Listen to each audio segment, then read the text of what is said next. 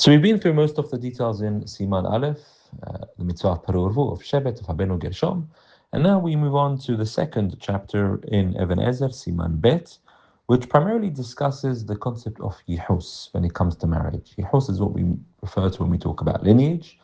Yihus is something which is clear in the Torah and the Gemara as something being very important. This is why in Parashat Pinchas, the Torah tells us very clearly the families, and that the families were untarnished and unblemished without infiltration of those who are invalid to marry. And the Gemara says, "En HaKadosh Baruch Hu mashre shchinato ala mishpacha hamiyuchesed shebeYisrael." HaKadosh Baruch Hu rests His Shechina upon a union which has lineage, which means that the man and the woman are getting married in a marriage, in a union, which is halachically correct and acceptable. And therefore the opening words of the Shulchan Aruch in this chapter is, a person should not marry someone who is forbidden to marry, where there is a pasul, where there is something wrong. And that, of course, has many connotations, which we're going to go through in great detail.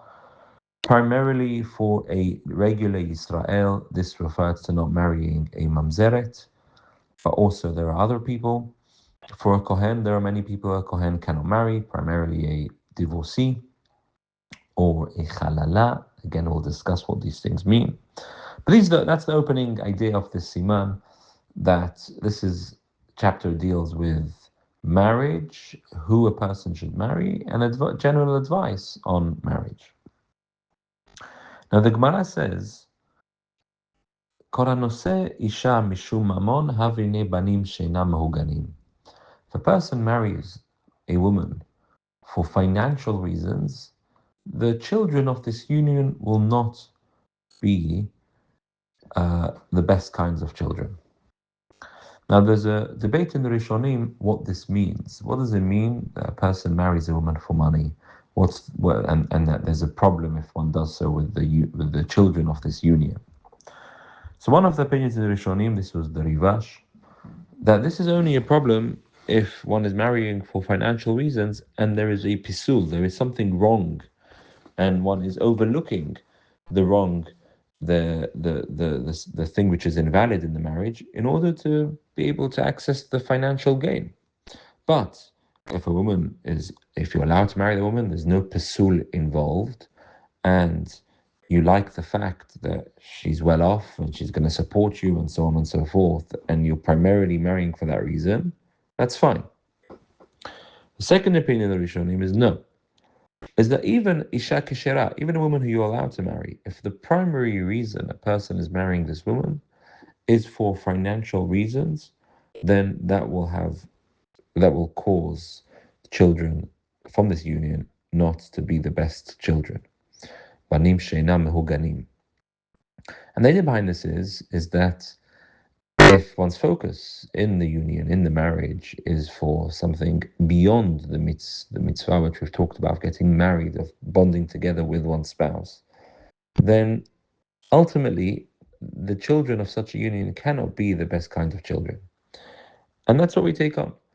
That, of course, if a person likes a woman, or a woman likes a man, and they decide to get married to each other, and it happens to be that one of them is very well off, that's a great, lovely bonus, and that adds to the reason why you've decided to marry her or him.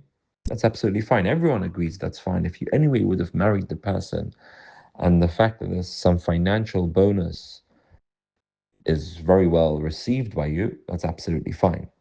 The question is, when one is uncertain and one is primarily marrying for the reasons to be financial or for some political purpose or from whatever it may be, that is not recommended. If the woman's kasher, not pasul, there's no isur, it's not a prohibition.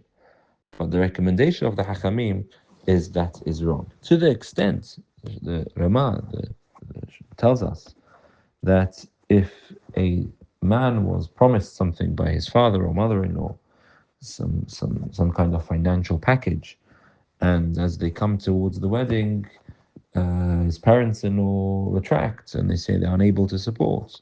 They say it's wrong that a person should retract from that marriage based on the financial reason only, if everything else is fine.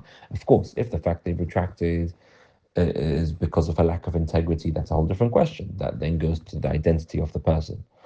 But if it's simply they were unable to, something happened and they were unable to, one should never back out of a marriage only because of the financial reasons. If there's integrity and honesty and issues of well, that's a different question.